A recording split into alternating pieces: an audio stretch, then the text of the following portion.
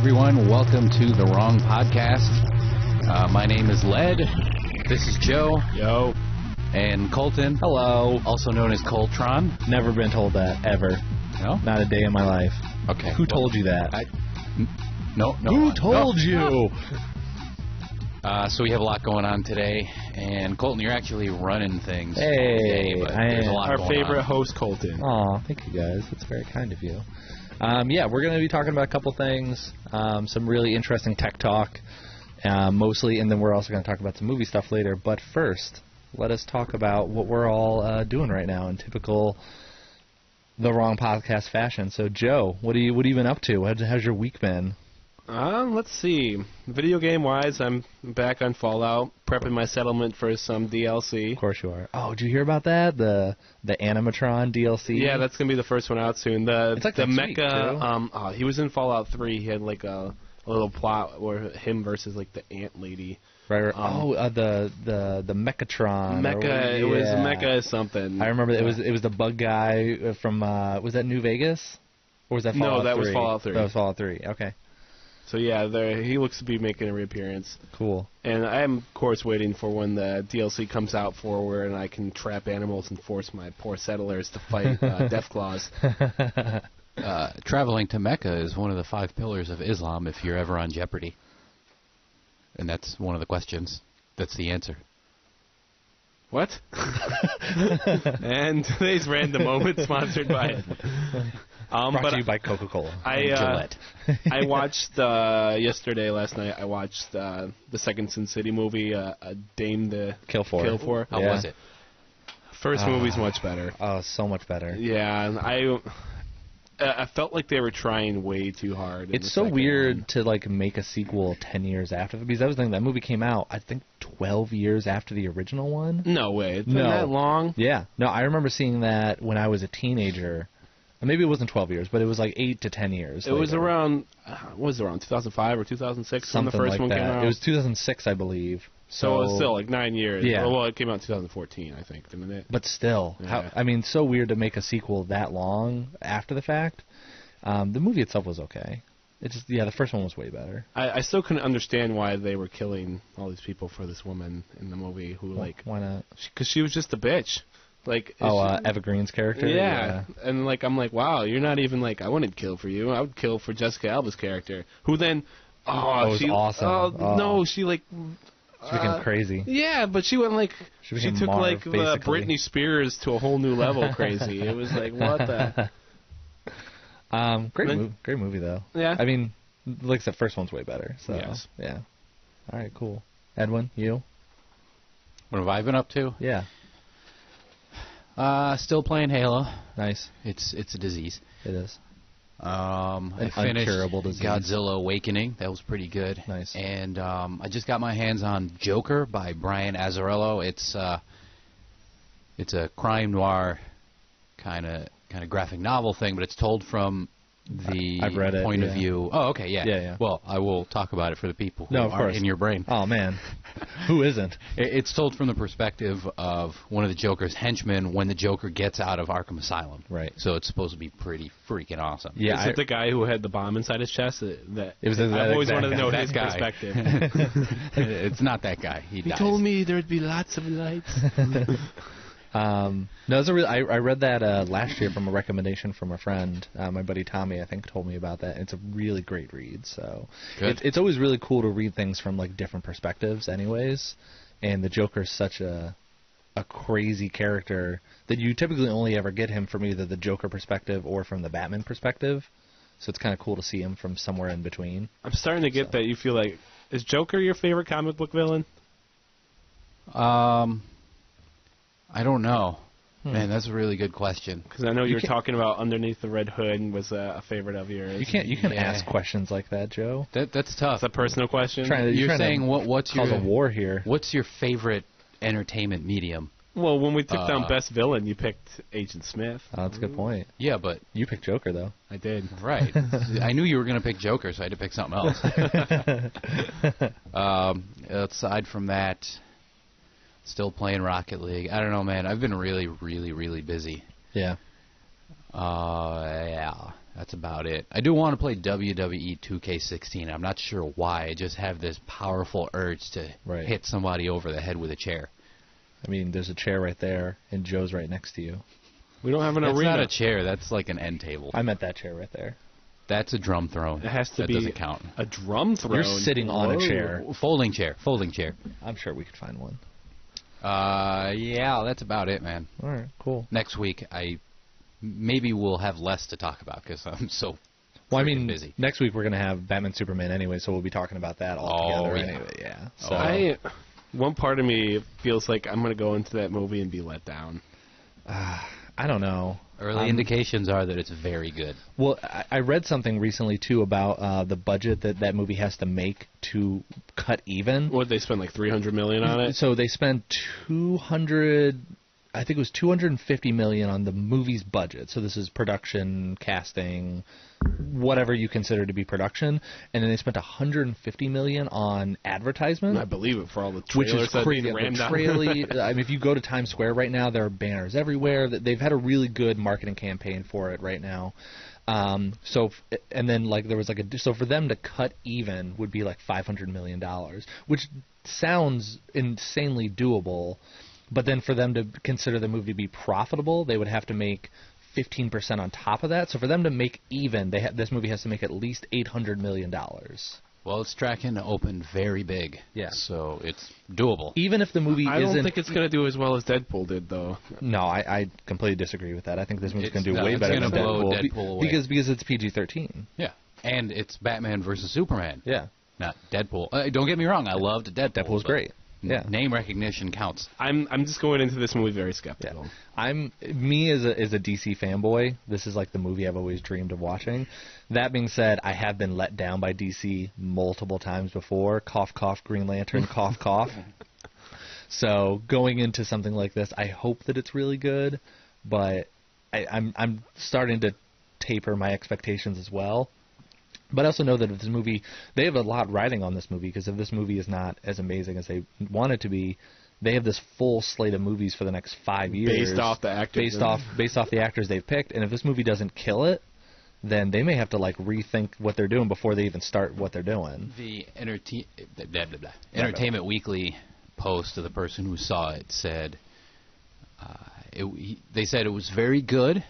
If you really liked Man of Steel, you'll like this one. If you didn't like the ending of Man of Steel, this one will redeem it. If you did not like Man of Steel because it was too dark, then you probably won't like this one. Well, that's unfortunate. But that's okay because I love the dark stuff, so. Yeah, you do. Yeah. Once you go dark, you don't go back. Nope. All right, I'm going to move on to the thing I've been doing. Actually, I was doing it before I came over here for us to record, and I was doing it a little bit last night, too. Yes, that hand gesture. No, I was watching Daredevil Season 2. Got put up on Netflix. How is it? Oh, it's so good. I'm already up to episode 6, so I'm halfway done with the season. Wow. I power through that shit. Because I watched some before work on Friday, after work on Friday, then I went out to dinner, and then I watched some before I went to bed, and then I watched some when I woke up this morning. That's like 5.5 hours of it's about TV alone right there. Yeah. You watch more TV than anyone I've ever met in my life. Ever. Literally ever? No, seriously, you blow everyone away. Well, I don't know if this is a compliment. I'm taking this as a very not compliment thing. You're shaking your head, and I'm not sure. Well, that's up to you I don't know. Get a life, Colton. They gave you the door. You must walk through it. Listen, guys, I want you to listen to me really closely.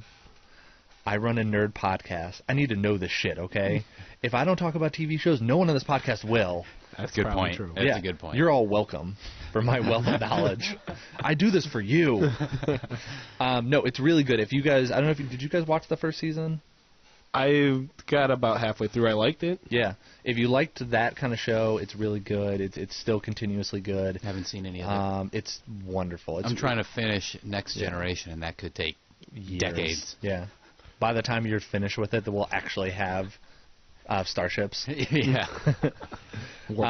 So that, and then we talked about Batman, Superman, Rocket League I've been playing as well, and then Division. I'm continuing to kind of truck through. I've actually done all the missions for one half of Manhattan, and now I'm starting to go into the more difficult missions on the other side of Manhattan, and they're just getting I spent Central Park, Harlem side, Sure. Can you go up to Harlem? I don't think so. So Not sure. what side you start in, like the typical stereotypical area of Manhattan, which Right. is like, you know, the east side, Times like Lower East Side, that Square, sort of thing, Times Square. Yeah, actually, you start on the west side of the island, and then you progressively move yourself over to the east side of the island, and then as you go down that direction, missions become just more and more difficult. Okay. Are there bosses in the division, or Manhattan they is just throw north more to south mainly. Right. So do you start at the bottom tip and then work your way up? No. So, sorry. So, hand gestures for a podcast are not ideal. This is the island. This is the chunk that you have that you Okay. can go to. I started here, and then I'm working my way this way. Okay, so for people who can't see that, the island is top to bottom. He made a circle in the middle. That's where you start, sort of, and then where he is Superimpose map just now. out of the circle. Think of a swastika. That's what he just did. Nope. We're Hey, not doing hey, that. stop hiling. I don't get it. Stop it. I'm sorry, I'm a Trump supporter, so, So, I'm not. I swear, I'm not. You're going to be bleeding subscribers so quick. What subscribers? I want to hear about these boss fights in the division. They're just, they're enemies that are bigger. They have extra health, more armor. There's one guy that I was fighting that has like all these like pyro tanks on the back of him, so he shoots like flamethrowers, and he has just a really extended health bar. But you can also shoot the tanks, and then they'll explode, taking off chunks of his armor. That makes So, no sense. It makes perfect sense. Is it? Never mind. So it's is it never like mind. your standard MMO boss fight where they have ungodly amount of hit points? You shoot them, avoid their attack, run back in, shoot them again, or hit them. Yes. Then do Knights of the So Round. it's like this. That's one thing. Like I feel like they can't break that. Yeah. That Well, you can't. boss I mean, fight strategy. that's the problem. It's like, what else would you do? Unfortunately, with a game like this, or a game like any game that is an open world MMO or shooter, that is going to be the same format for anything. They should make a boss that's just like it cheats when you try to hit it. Like it just like pops onto the other. Called like the lag boss, and it, You mean it like doesn't Dead or have Alive much hit 4? points. Dead or Alive 4 Yeah. had a boss just like that. And you know how pissed people got for that? You're talking about the clear... Yeah. The clear Dude, woman. it was the most bullshit of any boss Yeah. probably ever. Like, unblockable attacks, she was unhittable most of the time. That sounds awful. I It don't was want. bad. I don't want any part of that. Check it out on YouTube. All right, we're gonna move on though. Yeah. First topic of the day is we are going to talk about the GDC Game Developers Conference and the South by Southwest convention that was this past week. Yeah, they were both this week. They were both this week, which is really good timing. And for anyone that doesn't know, GDC, which is primarily a convention where a lot of game developers go and showcase new technology, and then how their games will kind of be functioning with this new type of technology. So VR was a really big highlight of it, which we'll get into. And then South by Southwest, in a lot of ways, is more of a data conference.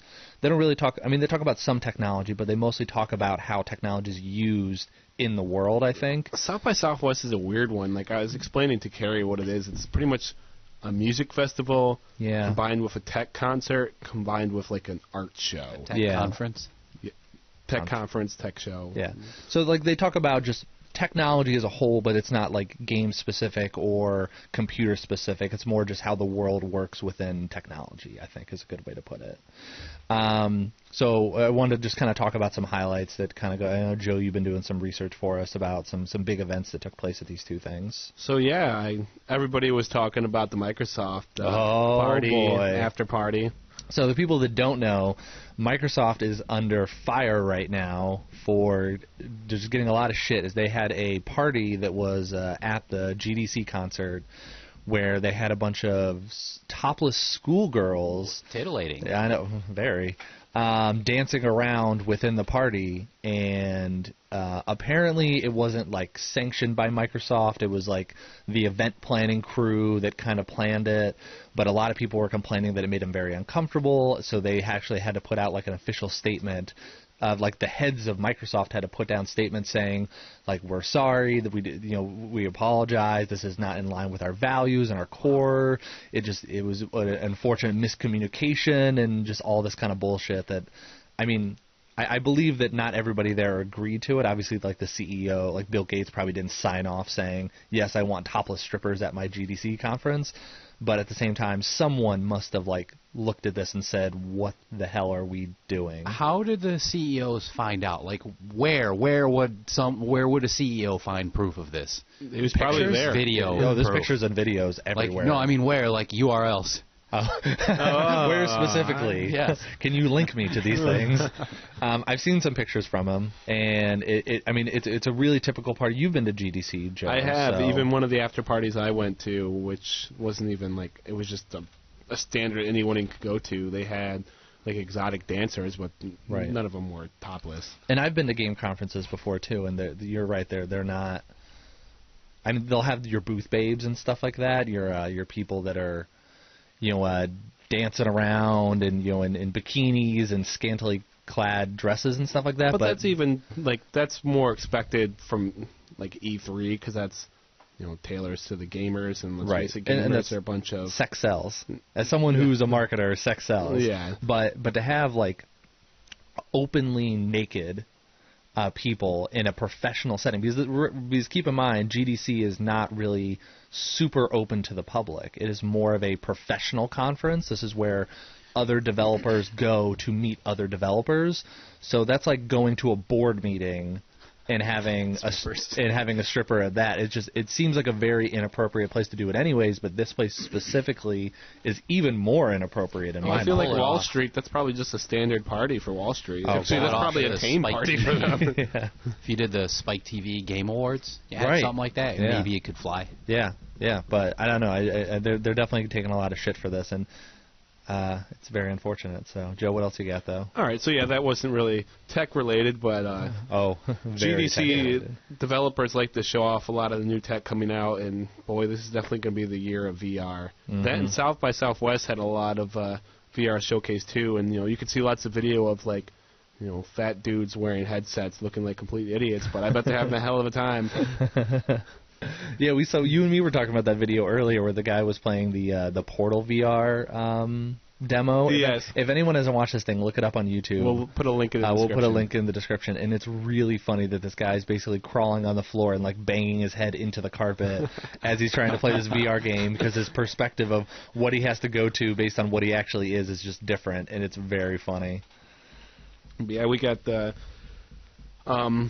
game engines, both the Unreal Engine 4 and the new Crytek engine, both showcased off a plethora of games. Plethora. A lot of copia. Yeah. One of the ones that I'm excited about is Square seems to be using Unreal Engine 4 for most of their new games. It's going to be Final Fantasy VII Remake is going to be on Unreal Engine 4. Which is wonderful. It's going to be awesome. I like the CryEngine 2, but from what I saw being showcased from Unreal Engine, it's going to be even better. Yeah. And half the games they were showing had either Oculus or Vive in their description. So VR. VR is really great. Don't get me wrong. I've tried some VR here actually. We can put up a Let's Play for that. We will. We should. We will. We will. Cool. Okay. And I really enjoyed VR. I'm worried that some companies are gonna treat this like a trend, that they're not going to fully support it. The main company there's a lot of weight being put behind it. There is, but the main reason that I have fears of this is Sony. I feel is like the worst culprit of trends and then not supporting it after the fact. Right. And kind of a segue into that was Sony unveiled a lot of the details on their VR system, which is $399? Yep. And it's just an attachment on top of the headset that'll work in conjunction with the Move controller and the PlayStation Eye. But you need to buy the PlayStation Eye separately, which is another $50. $50-$60, yeah. And you have to have the PlayStation Eye for it to work? Yes. Yes. And that's because the Move works with the Eye. So that's how the Move controllers work, is that the Eye tracks the glowing balls that are on the top of the controller. So it's like a motion capture type thing. But here's the thing. You and me talked about this on the drive-in. These are the exact same Move controllers that have been out since the PS3. They're using 4-year-old controllers. It's older than 4 years. Okay, 4 or 5-year-old controllers to use a VR system that's being built right now. Is Sony not even giving this a full try? because Sony, like I said, is the worst when it comes to trends. Sony made a television set to support 3D gaming, and then they immediately stopped making that TV because I worked at Best Buy when that TV came out. I thought that TV was awesome. Not a single goddamn person bought that thing. Remember 6-axis? Oh, yeah, exactly. Oh, man, 6-axis. The future of gaming. Yeah. You can actually do this to throw, do a free throw. You can use your hands. Yeah, so, I mean, Sony's a big company. I'm just worried. I mean, you have companies like, you got HTC and Oculus and stuff like that are supporting because that's their entire business model. But maybe some companies shouldn't be involved in VR, like Sony. Sony did say they weren't going to allow any games that were under 60 frames per second to come out for their VR. That's encouraging, though. That does make me feel a little bit better. But I guess my question is, if a person tries a PlayStation VR, they'll probably be impressed, I'm sure of it. I'm sure. But then when they go try a Vive, will the PlayStation VR quality-wise be able to really hold up to something like that? That's a good question. Because it's not a dedicated platform. They're really they're kind of shoehorning in that functionality. Yeah. I almost feel that they should wait for their next iteration of their console to do this. Right. And I then hope Microsoft does that. I also hope they do, yeah, because I haven't heard anything from Microsoft doing it. But I mean, also look at Sony. I mean, they've comes out with so many gimmicky things over the years as well. Being one of those things. I mean, at one point, the Move was supposed to be their next big innovation of motion gaming. And then they realized that they couldn't even pale in comparison to the Kinect. Remember, you could play SOCOM with it? Oh, yeah. With that controller? Yeah, where you, injected it into it and had that weird controller attachment. Cool idea. It was a cool idea that no one bought. Once again, I worked at Best Buy at that time. Not a single person bought that shit. Could be said about the Microsoft Kinect. I think Microsoft put a lot of time and effort and technology to making something good, but we mentioned this before. There is, no decent games for the Kinect. Plus, they closed down all those Kinect studios too. Yeah, we just use it to and Skype I think what with further each other killed it is when they started selling Xboxes where the Kinect wasn't mandatory anymore. Because who's going to develop a game where people have Xboxes now where they don't even have Kinect, so there goes half our audience that they don't have. It is I'm sure on paper it seems like the greatest thing in the world to. Hey, you don't have to hit a button anymore. You can just say reload in your shooter game, and that opens up this button to be used for something else. Functionality, it's on paper the greatest thing in the world, but practicality, I'd rather just press the A button. I would just much rather press the button. But going back to VR and stuff like that, are any of you guys concerned at all that in the next couple of years this may just be another one of those things we all look back and be like, oh my god, I can't believe we did VR at one point. The thing I'm hoping is fixed is the blurriness. The blurriness really pulls me out of it, especially on your peripherals. It's very blurry. That's not how real life vision is. And we have focus when we look around, but my edges of my vision still aren't. So you want more field of view. I want it to have a good field of view, and I just don't want any blurriness. I want it to feel like what I'm looking at right now is actually I'm just looking at a transparent goggles. I want it to be like a mirror into the world. That is a good point. I mean, you're right that it is kind of difficult unless they could somehow come up with a way that it wraps the vision around your field of view. That could be done. I mean, I guess they could make a visor, like a Geordie LaForge visor or something like that. Yeah, you would need a bendy screen in order to do that because if you're going to do that, you couldn't do the individual eye holes that then trick your eyesight into focusing. Yeah. It would have to be a straight screen that wraps around your head all the way 180 degrees. Honestly, before they get to that point, which I totally agree with you. That's very helpful for immersion. But even before then, they should start adopting 4K displays. High resolution. I thought the Oculus is 4K. Effect. It is not. Oh, it's not. It is. I know it's higher than 1920 by 12. I thought it was higher than that. I thought it was 1080 at least. No, the Vive is higher than 1080. Oh, okay. I think the Vive might be 2K. I mean, that's still pretty good. So. The OS VR, which was what I have, has the same resolution as the DK2, just normal 1080p, and the screen door effect is, it's not distracting, but if you know what to look for, you see it definitely. Right. It also kind of begs the question of how do you review games that are in VR as well? Since everyone's experience I think immersion becomes a big new... but at the same time, how do you review immersion because it differs from person to person? Well, if it gets you crawling on the floor, banging your head against the ground, that's pretty immersive. Yeah, but I don't know. I guess that it's just such a weird thing to think that my perspective, my view of a game could be different from your view of a game. And that means our reviews could be different for this type of thing, too. That's how normal reviews are. I guess. I would even like VR movies. Like, you could literally just have a screen. They are being created now. We got what's that movie that's coming out? Actually, I think it's out this week. It was Action Harry or something like that. Oh, Hardcore Henry? Hardcore Henry, That's just first person, though. I know, but I think that is a perfect movie that would be so great in VR. Or even just an app that plays movies, but it has it so you're like sitting in a theater. I think people would. So it's like you're in a theater looking at the giant screen. I've heard that movie's really great, by the way. So, Hardcore Henry. Yeah, it's out. I think it came out this week. I still got to see 10 Cloverfield Lane as well. So the movie theater thing you're talking about is actually doable now. It's not super difficult to do. Actually, the Netflix app for Samsung Gear VR does it. But going back to the Oculus Rift, there's two screens. There's one screen for each eye, right. And each screen is 1080 by 1200. Okay. It's fair. Yeah. I want more.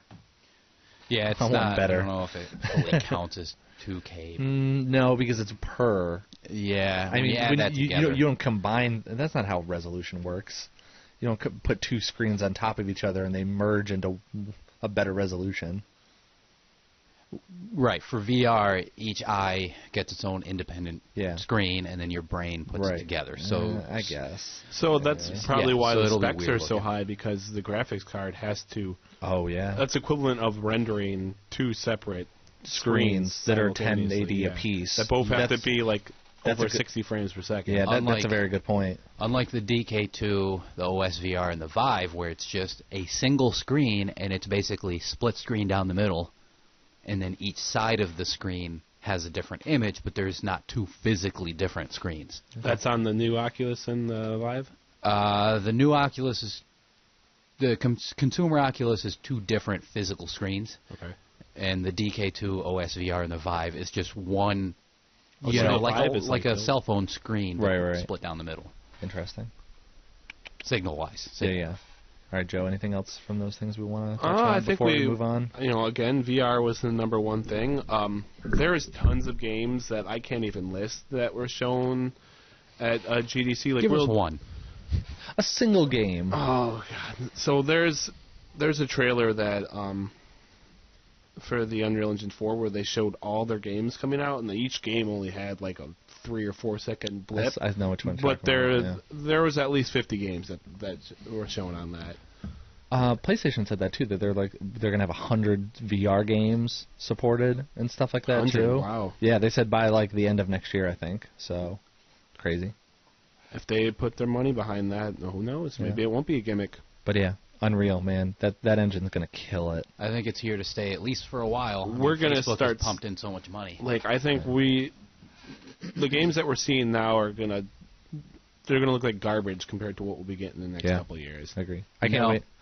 No, we have reached the pinnacle of innovation of all sorts. We should all give up now. We should. There's no going back. So the Zeppelin is the fastest. I used to think that when I played Zelda Ocarina of Time, like this can't get any better. And then isn't there a new version of that coming out for Wii U with like? Oh yeah, super upgraded graphics. Or something? Well, they're doing the HD remake of Twilight Princess. Is that all Nintendo does now? Is just HD remakes? Yes. What the hell? The original content. What are you talking about? And then they are coming out with a new Zelda, which will be an open world, kind of going back to that classic kind of Ocarina of Time kind of feel to it and stuff like that. It's very hush hush right now. There's not like a ton of details about it. How many remakes of Zelda are we at right now? What are we up to? Let's see. There was the one for the 3DS. There was the Ocarina of Time one for that. There's the Twilight Princess one. Remake Wind Waker. So 3 or 4? Is there a Majora's Mask remake? Yes, they remade Majora's Mask for the DS. So 4, I think that's 4. Why haven't they remade, like Link to the Past? Oh man, I would love that. Maybe it's coming out tomorrow. Who knows? They have an anniversary coming up. I'm sure they're waiting for that. So I wish I could go to Nintendo headquarters and just grab a CEO and shake them like a baby. Yeah. Well, but then on the other side of things, Square Enix keeps making new games that fans don't want, and then they're finally yes, we finally got our Final Fantasy VII remake. That's it's a good point. It's all I've ever wanted to, and it's gonna be so great. I'm really looking forward to that. But moving on, what do you have to say? Go okay, real quick, let me fit this one in. All right, there is one Square Enix game that I really, really liked, The Bouncer. Never played it. Never played that. No, dude. It was a beat 'em up. You were just were you just a bouncer? Go around beating shit up. I mean, did you try and there stop was, like them? Monsters and stuff? But it was a fighting game, sort of. So you couldn't let monsters into your club? That's racist. No. I mean, listen, racist overtones aside, it was a great game, and I think Square Enix should do another one. It was by the same studio that made the 50-cent game. Is it called Blood on the Sand? Is it called racism if you're discriminating against like aliens and monsters, or is that more like xenophobia or something like that? Speciesism. Well, we've never really had to worry about that yet, so I don't think there's a great term for it. I think xenophobia is the term for it. Yeah. Comment below. Yeah, let us know. Hey, Chris, you're one commenter. Yeah. Put your input in. One listener, help us. All right, we're going to move on to our next topic, though, which was something that we were very, very excited about hearing, which was Microsoft has opened the door to allowing crossplay. At least send out an invitation. They've opened up their network to basically saying we will now allow developers to make games that will be crossplay enabled between any online service, including Sony. So the first one I think they're going to do, which is coming out this spring, is that Rocket League will now be crossplay between the Xbox One and PC, which in itself is amazing. But they've kind of now left the... Same with iDarb, by the way. Same with iDarb. Tons of games will be available to the developers just now. That's a lot easier, though, for Microsoft to do, considering... Their Microsoft, yeah. PC is still, like, their platform. But they still have opened up the door for other studios and other developers to now get involved in this, basically saying, Sony, get your shit together and open it up. Sony did put out a press release for this, or a Twitter comment, I believe, is all that they put out, saying... It was like the most generic thing in the world, too. It was like, we are always open to collaborating with studios and developers to expanding our network. And then they mentioned the games that they've done crossplay before in the past, which I'm pretty sure the last one was Final Fantasy XI in 2002. And they're like, but we've done this before. They never once mentioned Microsoft at all through the entire thing. So now that we know that this is a possibility, what are our thoughts on this? I think it's awesome. I would love to not have that barrier of console specific stopping you to be able to play. Because I have friends on the PlayStation. Like I know somebody who's on who's playing. I'm having a brain fart. The Division. Thank you. I was going to say Divergent. I'm like, that's right. That's not correct at all. It doesn't sound like fun in the least. It's not. But yeah, so. They have the Division, and they're like, hey, who wants to join my squad? And, tons of people are saying, hey, I got it for Xbox. It's like, oh, no, I have it for PlayStation. Right. So there goes a missed opportunity to play with a friend. I think the really cool thing about this is that it doesn't eliminate exclusivity. So I can still have my Halo on my Xbox, and I can still have my God of War on my PlayStation. So you can still have your studios that are specific, but those games that are your Call of Duties, your Maddens, your Divisions, your... games that are multi-platform. What is the point of not having crossplay? Yeah, I mean, I think the point years ago was because they were so different. The networks were so different. But now there is literally studios are building servers and they're just partitioning different parts of the servers for Sony and Xbox. If they just don't do that and just have one giant server for everything for dedicated servers, then anybody can access it. Why not do this? Yeah, I don't think it's a technical challenge anymore. I think it's more just two big companies that don't want to play nice with each other. But it's really funny that like Microsoft kind of opened the door, and it's really funny because if Sony doesn't do this, then they look like the biggest assholes in the world. But even if Sony does do this, Microsoft still looks great because they look like the smartest people in the room for basically quote-unquote coming up with this idea. And I think Microsoft probably won a lot of nerd points from their... It's a brilliant move. Oh, it's so smart on them. Bill Gates knows what he's doing. It almost makes up for their topless party. Almost. One question I want to ask is what games would we love to see this crossplay feature kind of be opened up for? I know we mentioned Rocket League, which I think would be wonderful. iDarb, which is coming. Call of Duty, of course. Call of Duty. Would be great. I mean, that game sells millions of copies every year, but you can only play with 1 or 2 million per console. Mm-hmm. So now to open up the community to be 2 to 3 times larger, that's awesome. That's amazing. Battlefield. Especially given the fact Yeah. that Battlefield Map size. Exactly. Battlefield really comes into its own when you have a full map of 64 players. How and often also can you you get 64 players on the Xbox, though? 95% of the time. Okay, But the problem is, good audience. as people stop playing the game as much, then it's gonna okay. be Now harder to there's only find. 40 people and stuff like that. I mean, that's natural with any online game. But if you have double the available community to play, It extends that lifetime of that Exactly. game. Yeah. Kind of run into that issue with like MAG. Does anyone remember MAG? Massive action game.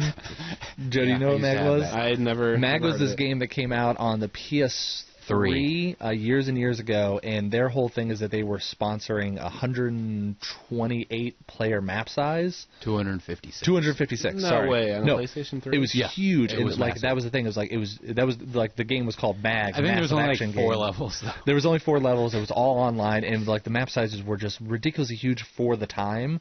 But here's the really fun thing: not a single goddamn person bought that game. I bought it. I didn't. And like at least 5 other people. 'Cause that's what I remember. So seeing. So you could play with 5 people on your 256 player map. And that was the big thing is like, if you ever had a game like this, you would never have to worry about that because obviously there'd be more people that you could have played with. But that was a game that for its time was really smart that no one bought. No one bought it. And that's where Battlefield actually comes in smarter because they Right. support the ability to have fun modes with fewer people. Where Right. MAG, it was, if you don't have 100 people, this shit ain't going to be fun. Yeah. Well, I liked Titanfall where, it was only yeah. up to 16 player maps, but they made it seem much larger with the pretty much a grand epic battle happening in the background Yeah. there in the middle of your multiplayer. Halo fight. Warzone. Yeah. No, exactly that. Halo Warzone. Good reaction.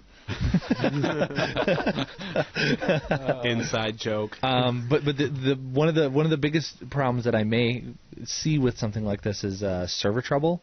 If at least with a server going down on the Xbox side, it may not necessarily affect something on the PlayStation side.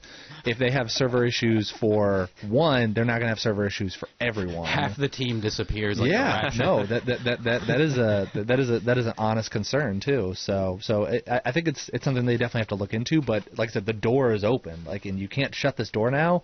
That I love the idea of still having my exclusive games.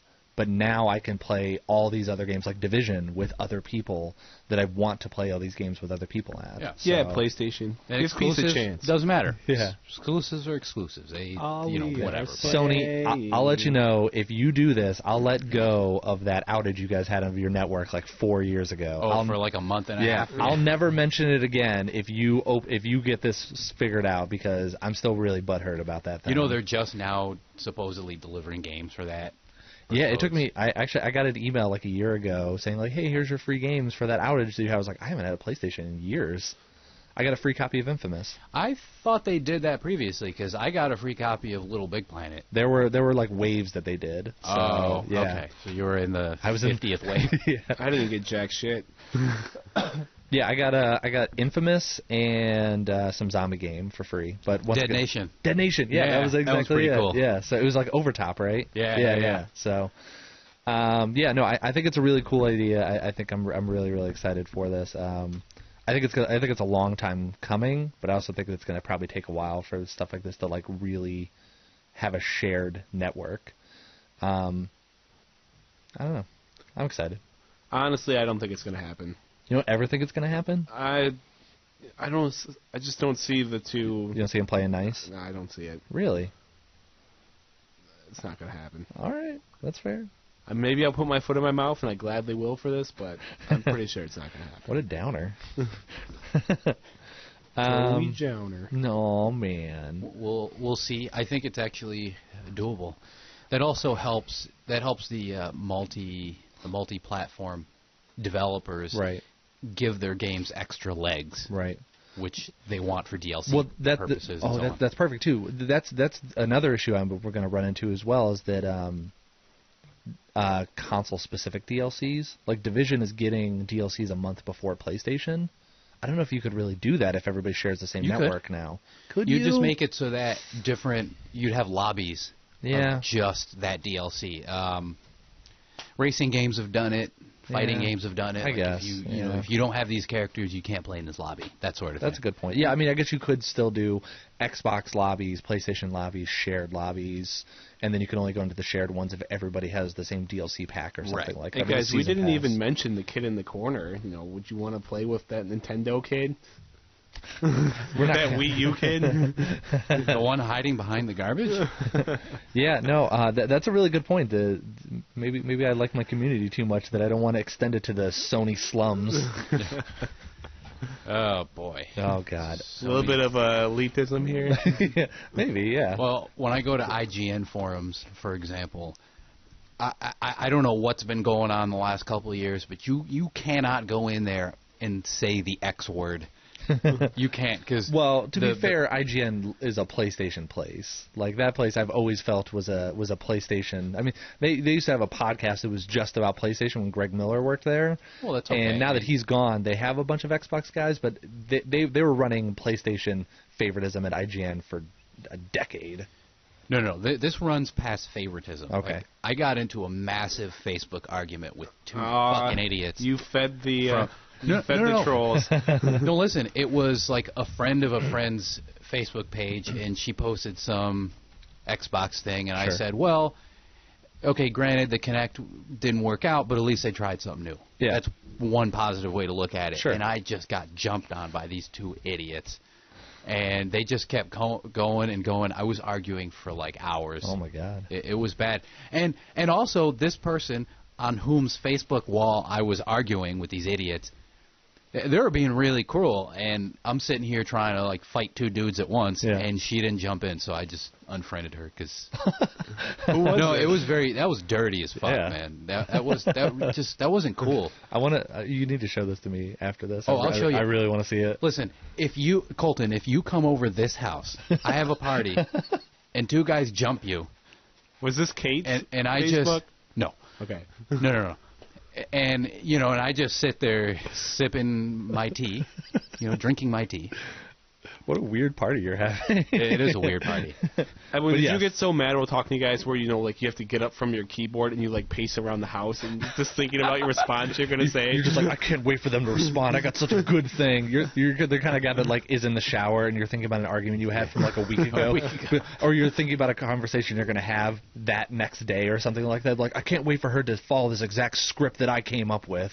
No. It was just really frustrating to see people like personally attacking you because of the game console you own. Right. And I wasn't even attacking them. I was just voicing an opinion. About Well, you should tell them that they had small hands.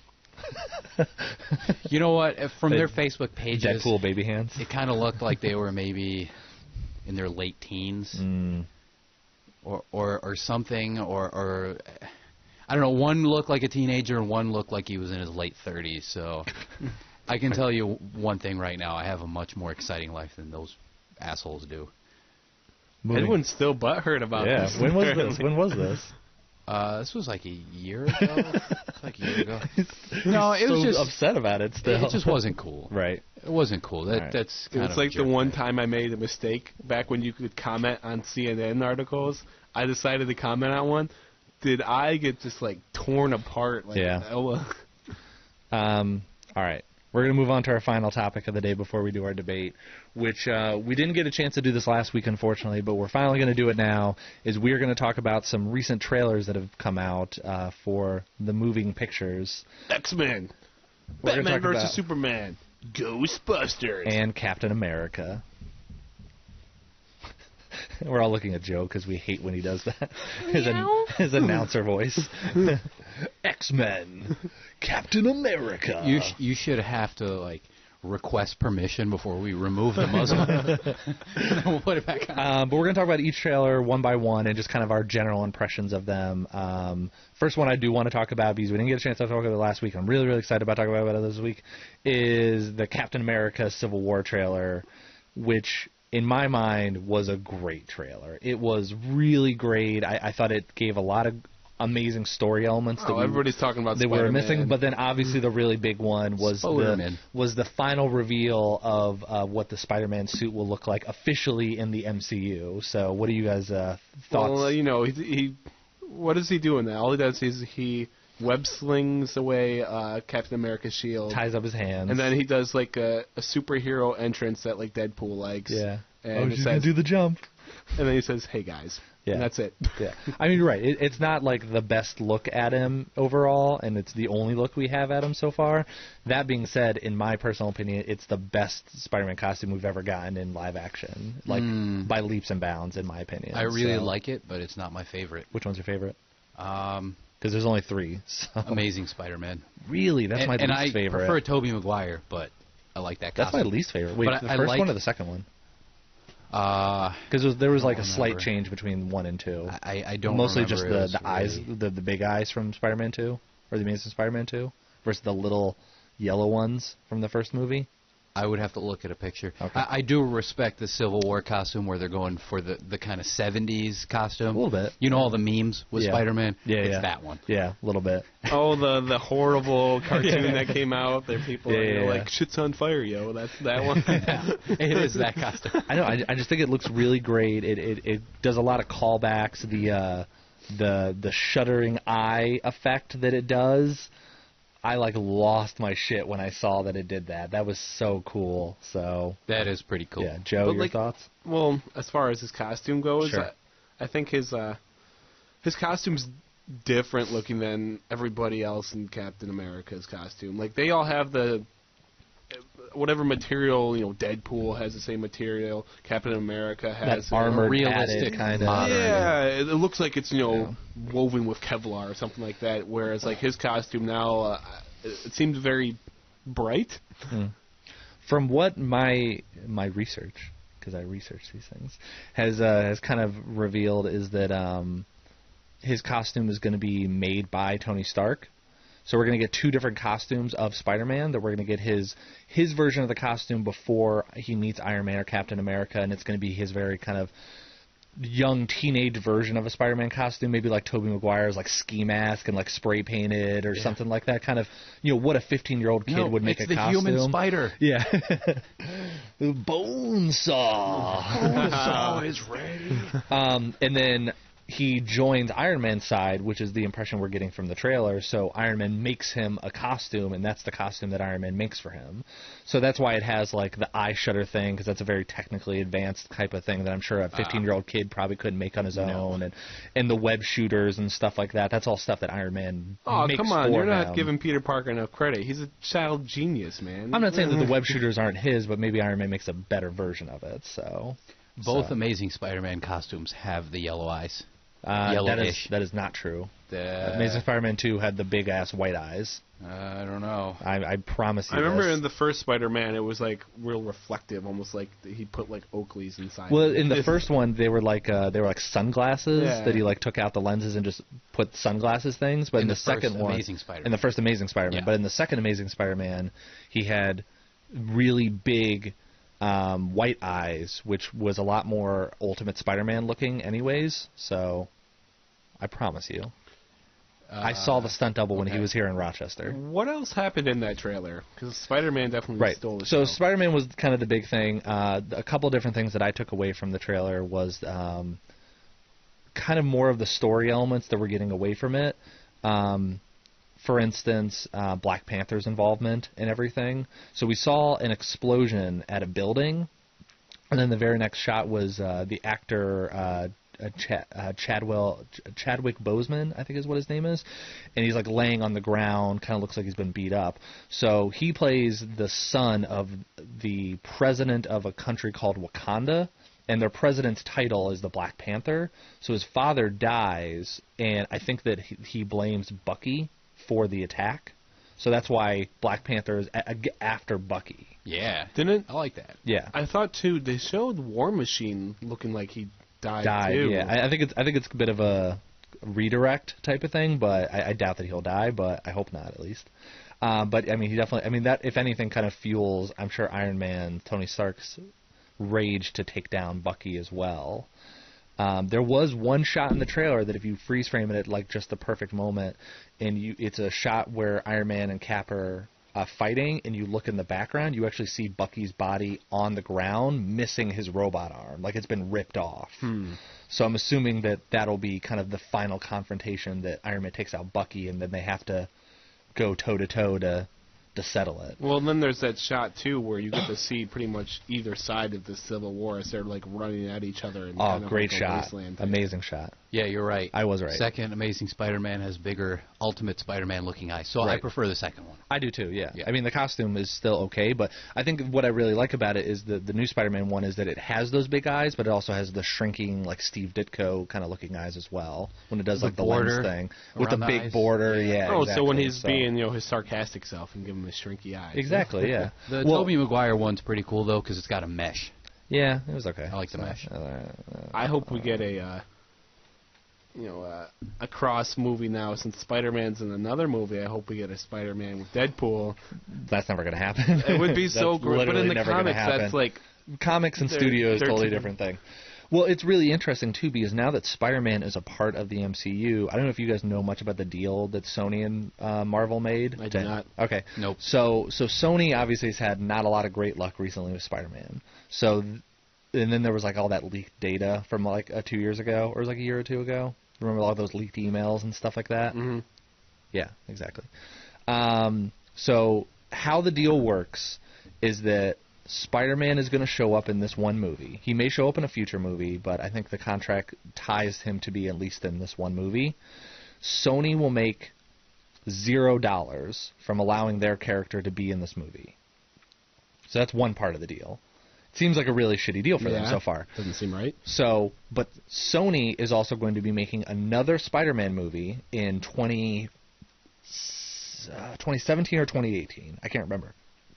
It's a Sony-made movie, but it will use the same actor that they're using in this one. So they're going to share the actor between a contract, and that movie will be technically part of the Marvel Cinematic Universe, even though it's going to be made by Sony. So, like, in that movie, they can mention Iron Man, they can mention the Avengers. None of them will probably show up, but you can name drop them, kind of like what every Avengers movie does anyways, like Deadpool, name dropping. Yeah, exactly. Or like Iron Man 3. They talk about them all day long, but you never actually see any of them, type of thing.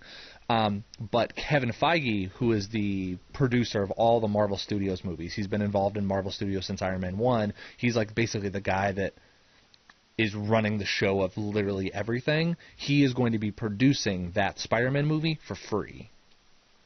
It would be nice to see a redeemed Spider-Man movie. Yeah, so basically you're going to get the guy that knows the most about Spider-Man and the most about the Avengers, helping make your Spider-Man movie good. In exchange, they get to use your Spider-Man character in a Marvel movie for free. So it's kind of a shared deal for them. I want to see a good Doc Ock. Oh, that'd be great. Yeah, that'd be really cool. I like the Alfred Molina Doc Ock. Yeah, it is okay. But Doc Ock, he's like the... When I think of Spider-Man's villain, I think of Doc Ock. Yeah. And I think they could have done it better. Moving on to the next trailer, though, we've talked about Captain America. Next, we're going to talk about X-Men. Yeah, They put up a new trailer for X-Men Apocalypse, which was showed a once lot again, of Apocalypse. It was a lot of Apocalypse. It was more of a story-driven one, while I thought the first one was kind of more of a highlight reel. This one was definitely kind of gave us a more look at some of the characters. Dude, they showed at least a dozen different X-Men. I'm like, who are all these people? Yeah. A lot of great shots of Angel. Some really good shots of the younger X-Men, like Scott and Jean. Nightcrawler, which I'm really excited to see a good Nightcrawler. Yeah, Jean Grey, yeah. Played by Sansa. I don't know her name. Sophia Turner, I think is what her name is. Yeah, Sansa Stark from Game of Thrones. I sure hope that she ends up in a better circumstance than she gets for Game of Thrones. You know, X-Men is in a really weird place right now because this is Jennifer Lawrence's last movie in her contract. Well, she doesn't have to come back for X-Men anymore. So they're now basically like rebooting After Days of Future Past to this new universe with all these new characters, but you're going to lose the biggest actress that you have tied to your X-Men franchise as long as they don't go back in time, you know, if they stick with Rebecca Stamos, I don't think she's ever going to come back for that. She was in the first one, right? She was in the first three. Yeah, she was Mystique in the first three. Well, wasn't she in Days of Future Past briefly? No, because that was all Jennifer Lawrence. She was never in any of the future stuff. But as long as you don't lose when they Hugh go back Jackman, to the new improved future. No, they didn't show her.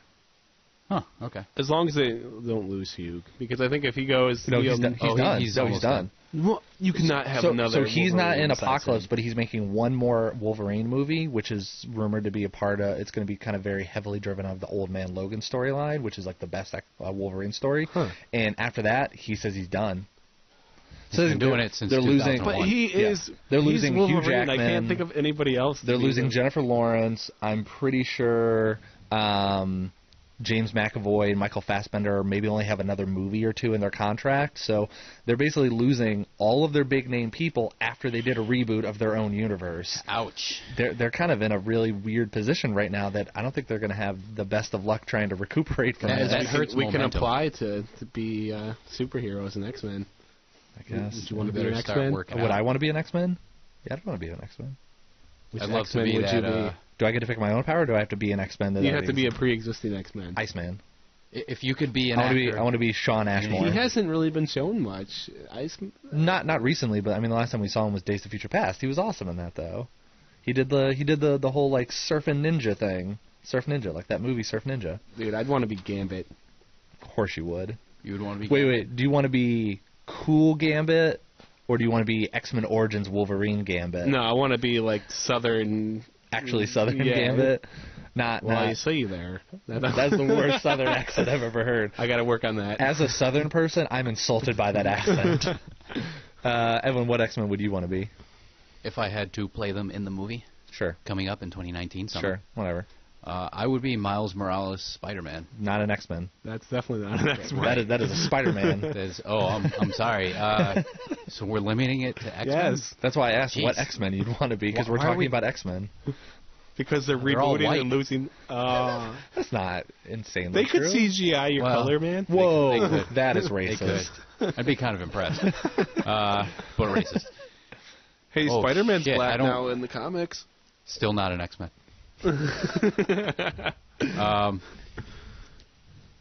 Also, he's not black. He's Latino. Latino, yeah. You racist. I love Miles Morales. He's a great character. Put your hands down. Stop hiling.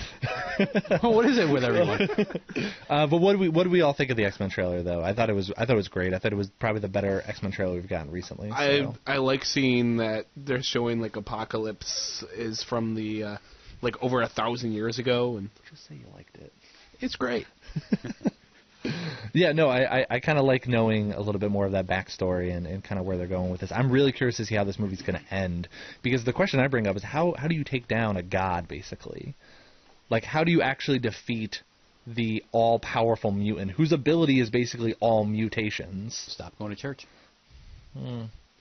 good point. It's like you don't believe in Santa anymore. Yeah. It's like the end of Elf. Just Yeah. don't look. Just don't look. We're gonna move on to Ghostbusters because they put out finally put out an actual trailer and some additional footage and stuff like that. Joe, I know you have a very heated opinion about this movie. Well, I think they've done better with the trailer. Yeah. I thought it was kind of shitty. They showed, excuse me for not knowing his name, but the actor who plays Thor. Chris Hemsworth. Yeah, they showed a lot more Chris Hemsworth, and they even showed some lines of his, which were funny. Yeah, they're okay. I like his little boob drawing of a ghost. That was funny. Yeah. That was pretty funny. I found it preferable to the last trailer. Yeah. Are we gonna go see that movie? I don't know, honestly. I'm not. Not opening weekend. I I'll be honest. Not even for a review. Damn it. Damn you it people. depends. All right. I do this for you. I'll put it there. If there's nothing else coming out within a few weeks of that There movie, isn't. then I'll probably see it. When does it come out again? I think it's August, right? Oh yeah, it's so it's like 2 or 3 weeks after Suicide Squad, I think. So it is August? Yeah, I think so. Suicide Squad. Now that I'm watching. No, for Oh sure. God, yeah. Everybody's yeah. I took off work from that already. I already told my boss, I was like, "Hey, I'm gonna go see this movie." He's like, "What movie?" I was like, "Suicide Squad." He's like, "Are you okay? Do we need to talk?" I was like, "No. It's okay." I Yes, promise. boss. I'm going to take up a life of crime and become a supervillain who then gets enrolled by the police force to help them out. You know, the movie looks interesting, and I will say that there were some lines that appeared funnier than I imagined that they would be. But I'm really worried about the cast, that this movie just looks like a really long SNL sketch. Like that's For basically Ghostbusters, this yeah. just looks like they're just making a lot. And to be honest, a lot of SNL movies that have like were SNL sketches that they made into movies have not always been great. Wayne's World is probably one of the best ones, and that movie's like 20 years ago. So I'm really worried this movie just is not gonna sell as much as I want. But then again, I will go see it. My expectations are just very low. We did confirm that Bill Murray's on the cast. We did, and I'm actually kind of upset he's on the cast. Why would you associate yourself with I mean, I'm glad that he is, because that gives a little bit more validity to the movie. But at the same time, he's been so anti this movie forever. So the fact that he's like in it either just means that he's selling out for the money, or maybe he loved the script. Maybe, I don't know. Bill Murray did say that the Ghostbusters video game that they came out with a couple years ago to him was Ghostbusters 3. They all were in it. Because they were all voice acted it, and a couple of them wrote the script for him as well. Yeah. What platform was this for? Xbox 360. Yeah. Does anyone have a 360 so I can play this? I still have my 360 locked away somewhere. Okay. Can I borrow it, please? It's like a third-person like action game, so you have to like work in squads and like capture the ghost and stuff like that. It's kind of fun, yeah. Yeah, but they all wrote it, so they basically said that like this in our mind was the third Ghostbusters movie, this video game. So, so Harold Ramis, that's good to hear. Yeah, he was involved in it. Oh. Yeah, they. I think literally everybody was involved in it. Yeah, I think even Rick Moranis even voiced some stuff in it too. Damn. Maybe I could be wrong about that. Maybe. Final thing we're going to talk about before we move on to our debate is Batman Superman, because we've all are very excited about it somewhat. Not Joe. And we're all going to go see it next Friday, so expect our review to be up next weekend, ideally. And I know I'm very excited about this movie. Well, who knows? Like, are we even going to be surprised? Because there's over 11 minutes of trailer footage, and they may have put every plot point in that trailer. I have watched that video. Yes, it is. If anyone hasn't watched it, like I said, it's every bit of featurette, trailer footage, clips, and they basically just strung it into a 11-minute video that kind of shows what they believe to be the progression of the movie from beginning to end. So if you don't really want to watch the movie but you want to know what the movie's about, just watch this 11-minute video apparently. So I'm really excited about this movie. Don't ruin it. Yeah. Don't ruin it for yourself. Don't watch the video. I'm also concerned about pacing because it's 2.5 hours. Oh, it's a long-ass movie. Yeah, they're gonna. There's a lot to have happen though. I hope well, you do have two big, you have Batman and Superman, so I don't know if they're going to go back and forth or they're just going to remain on one perspective. It's a really weird thing to have a movie that has dual perspectives, because a movie like The Avengers, yes, has a lot, but they primarily will keep with one person and then have everybody else kind of in the background for a period of time.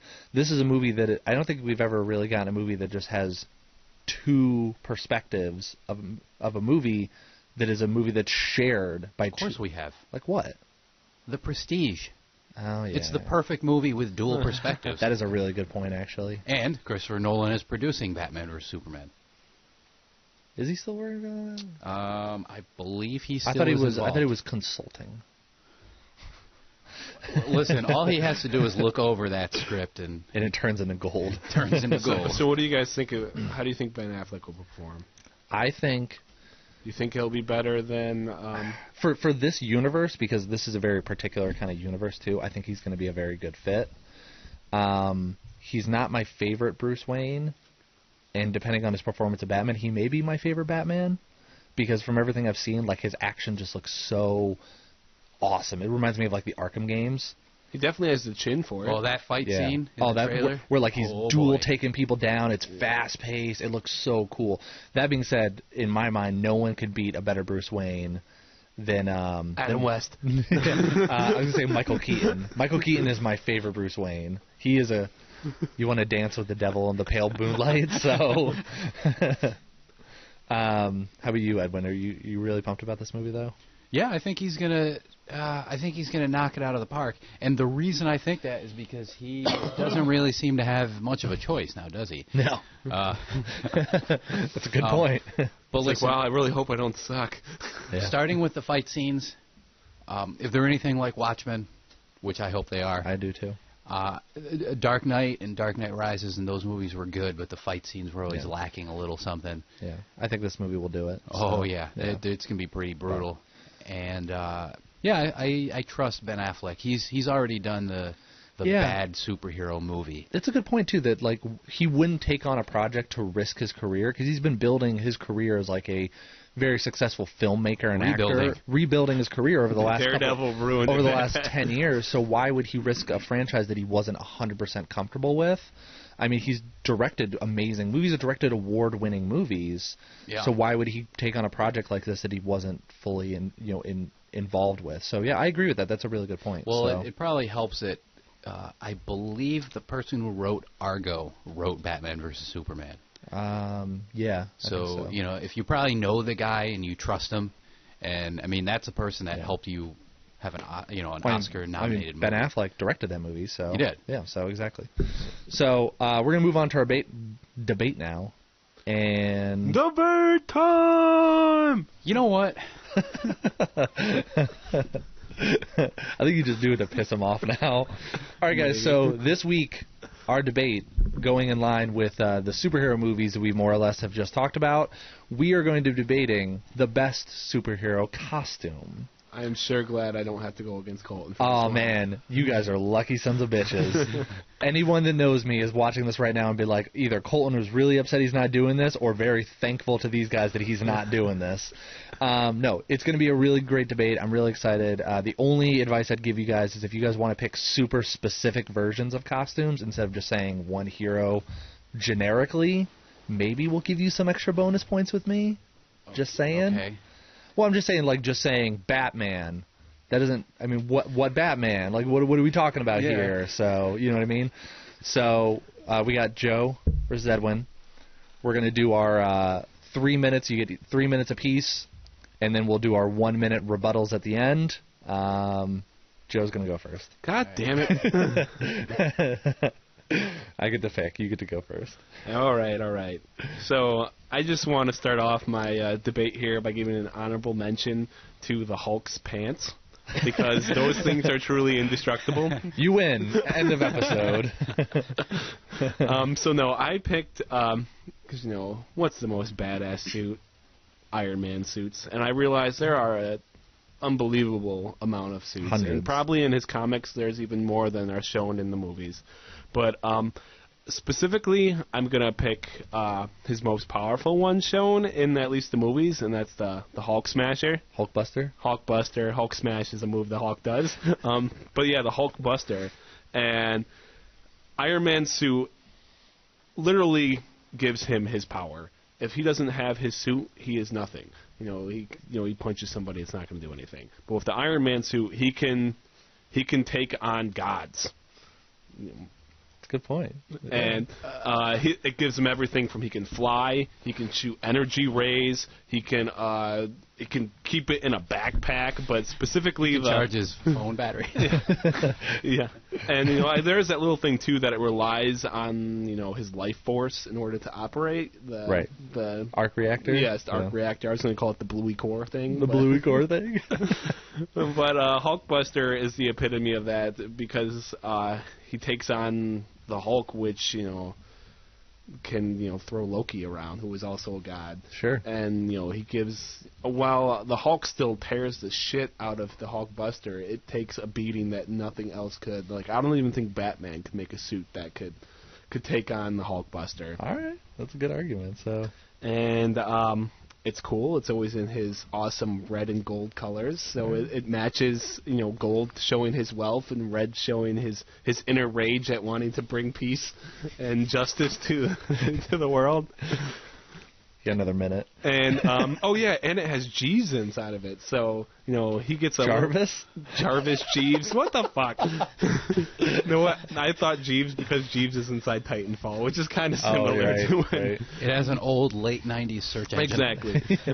But yeah, it's it's your own personal assistant built in that gives you all these cool things, and you could tell it stuff like I'm late for dinner. Make sure you call him and tell him all that cool stuff. That's what you would do with your own personal assistant? While I'm fighting the Hulk. Yeah. So is defer dinner. Honey, I'm not going to make dinner tonight. I'm busy fighting 10 mutant dogs. What movie are you watching when you did this? All right, the next movie. I'm going to cut you off now. All right, so Iron Man, great argument. Amazing suit. Thank you for giving me a specific one, too. Edwin, what do you got? Well, before I start, I want to specify that I did not prepare like I normally do for this. No Wikipedia articles? Yeah. That's not what I do, but I also have like a 3-way tie, so I'm basically picking between. So I'll tell you my choice and then my runners-up. My choice is Green Lantern. My runners-up are Spawn and Master Chief. Okay. So the Green Lantern suit. Now, which one specifically? I'm going to go with New 52 Alloy. Okay. It's an excellent suit. It's got these like interesting depression kind of line things in there, almost like Hellboy's Right Hand of Doom has those little lines in there. A lot of the New 52 costumes have that. Now the good thing with the Green Lantern is that he could, with the power of his mind, change the suit and add to it if he wanted to, whereas Iron Man would have to, sit there with a soldering iron for a few weeks and then, add the little area you could pee out of. Okay. So the Green Lantern suit is much, much, much more, it's more versatile. There's also zillions of versions of it because there are multiple Green Lanterns in multiple galaxies, in multiple universes, and so on and so forth. Simon Baz's Green Lantern suit is freaking awesome. That is where it has it's like a cut-off shirt, like the mask. Forearms are mask visible. Is really cool too. Yeah, the mask is sweet. And then the edges of the suit have like a border, kind of. I actually did really like the Green Lantern movie costume because it was animated. You've just lost points with me. Well, the movie was not good, but the suit was good. It glowed. Yeah, it glowed. It was cool. Actually, this is a constant across all of Green Lantern, but the suit seems to not be a piece of clothing on you, but it's like a layer of skin. So you know what I mean? So it's like protecting you, from space.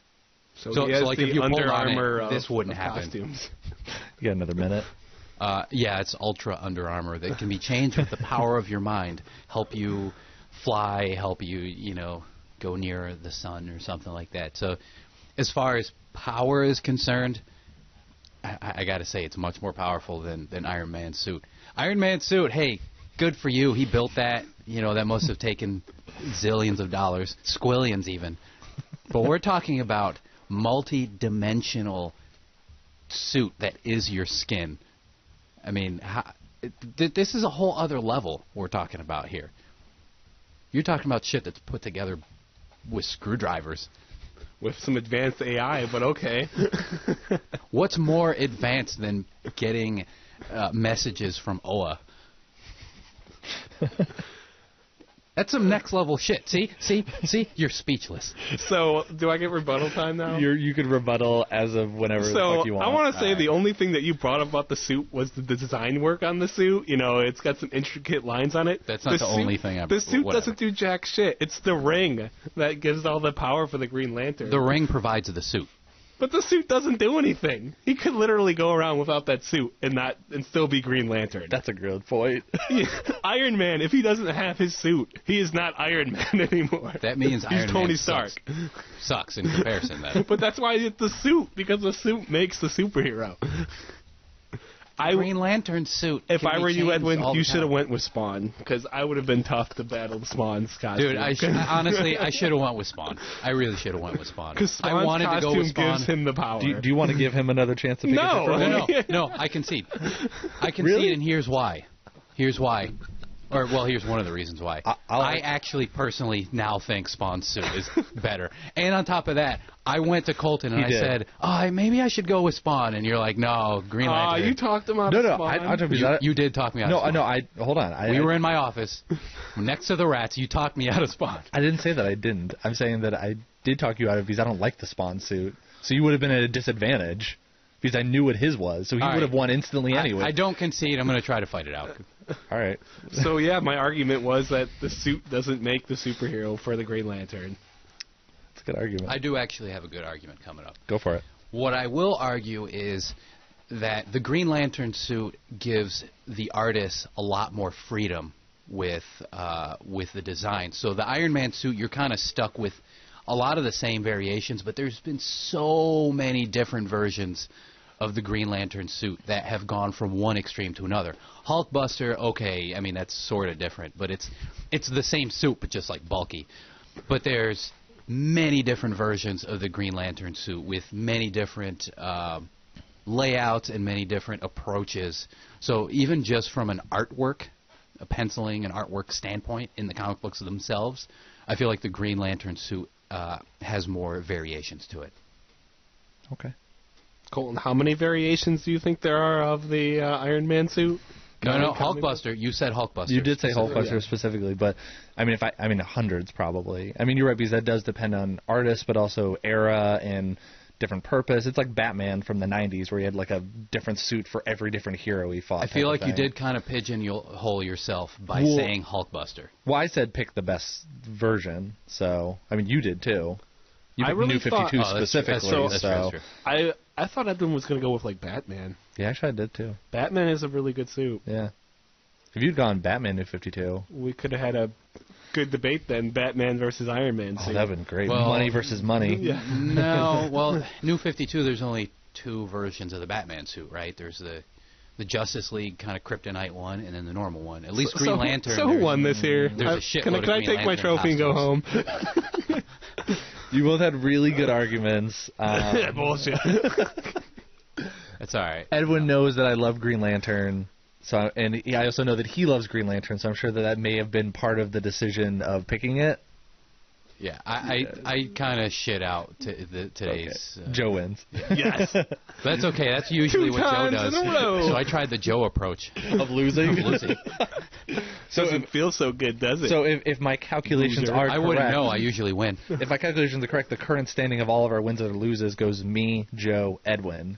So I beat Edwin as amount of wins now? You have one more win than he does. Yeah, I don't know. I don't really pay attention because I have a life. I actually do shit during the week. Should have seen my face. It was a big O. Oh. All right, guys. This was the end of the show. We will be back next week with some additional topics, some review of Batman, Superman, and some more Let's Plays. We actually did buy a new capture card, so we're going to be putting out tons and tons of Let's Play. No more stutter. Full HD. Yeah, full H double Ds. And next all debate, over your face. somebody's getting steamrolled. Next Are you hosting debate. next week? I'm hosting. Oh, Joe's hosting. Oh, you versus me. On that note. All right, guys. It's been fun. Like, subscribe. Check us out on Instagram. Check us out on YouTube. Check us out on SoundCloud. Check us out on Facebook.